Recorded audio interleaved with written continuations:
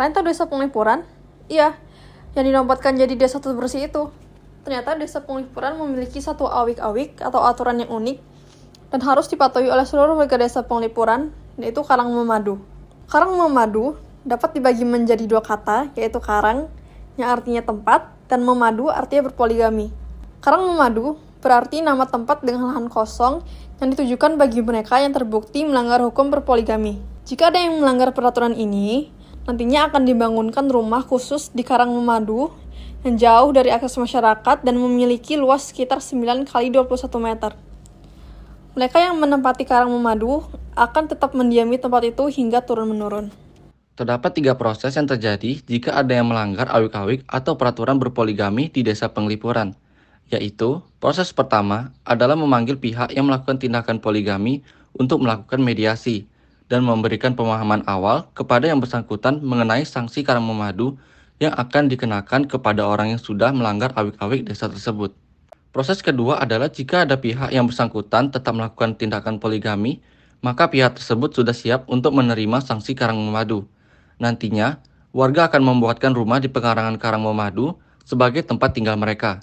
Proses ketiga adalah menempatkan keluarga yang melakukan poligami di wilayah Karang Memadu sebagai tempat tinggal mereka secara turun-menurun. Jika kita kaitkan dengan pelajaran sosiologi, Karang Memadu ini berkaitan sekali dengan konflik sosial. Nah, apa itu konflik sosial? Jadi, konflik sendiri berasal dari bahasa Latin yaitu confligere, di mana secara sosiologis, konflik diartikan sebagai suatu proses sosial antara dua orang atau lebih, atau juga kelompok yang berusaha untuk menjatuhkan pihak lain dengan cara menghancurkan atau membuatnya tidak berdaya. Lalu, apa hubungan antara Karang Memadu dengan konflik sosial? Terlebih dahulu, kita perlu tahu dasar dari konflik. Nah, dasar dari konflik adalah perbedaan. Perbedaan yang terjadi di Karang Memadu, atau bisa kita sebut sebagai poligami ini, adalah perbedaan dari satu pihak yang melanggar peraturan yang sudah dibuat. Karena desa Penglipuran Karang Memadu ini disebut sebagai awik-awik, atau aturan yang harus dipatuhi oleh seluruh warga di sana. Agar lebih mudah dalam memahami hubungan Karang Memadu dengan konflik sosial, kita bisa menggunakan peta konsep, yang dimana terdapat poligami atau perselingkuhan sebagai konflik sosial.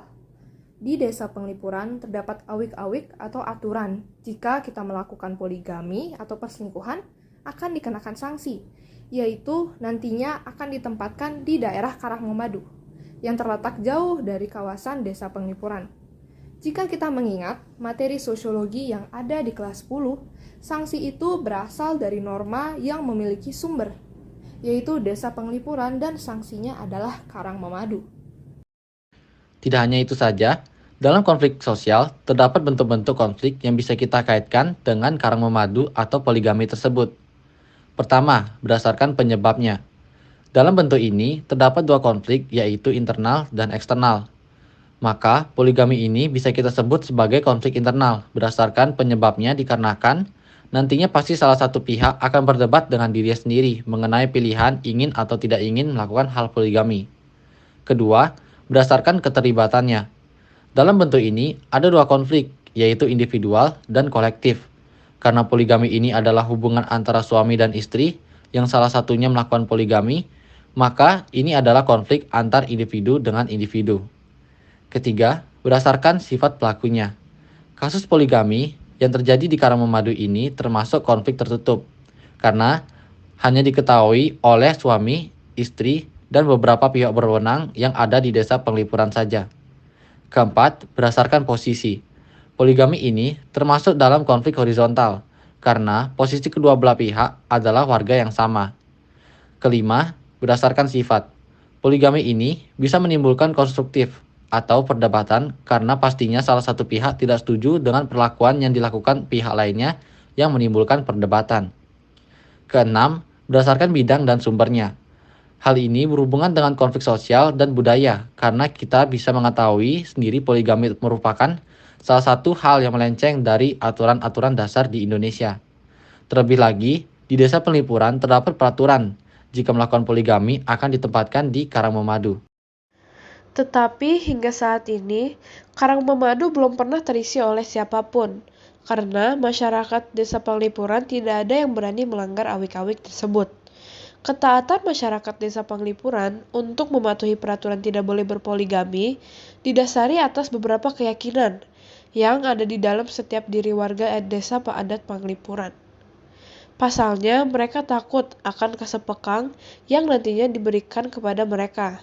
Sebab antipoligami sudah diwariskan untuk turun-menurun dari tetua mereka.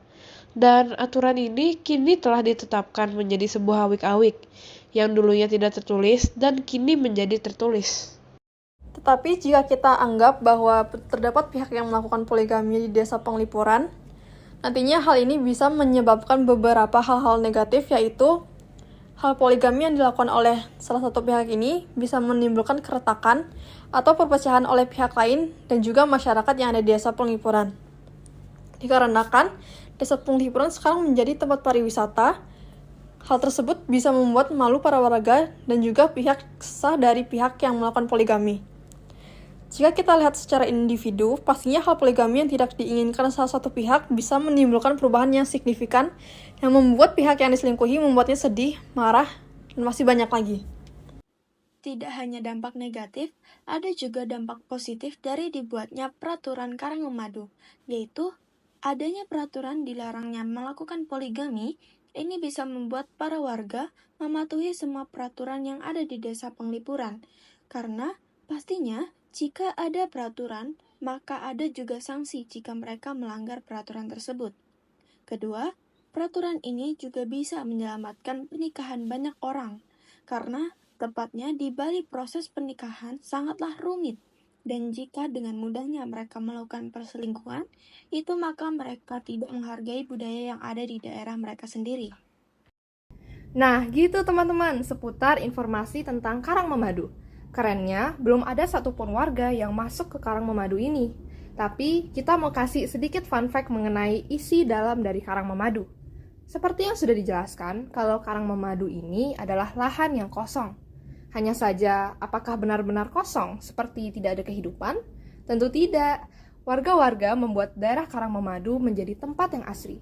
Mereka menanamkan tanaman berbunga dan juga buah-buahan, seperti pohon buah jambu, mangga, dan juga tanaman bunga jepun. Tapi, bunga dan buah yang ditanamkan di dalam daerah Karang Memadu tidak boleh dipakai untuk upacara sembahyang ataupun beribadah. Alasan tersebut hanyalah kepercayaan masyarakat setempat. Wah, serem juga ya tempatnya. Baiklah teman-teman, sampai jumpa di video-video lainnya.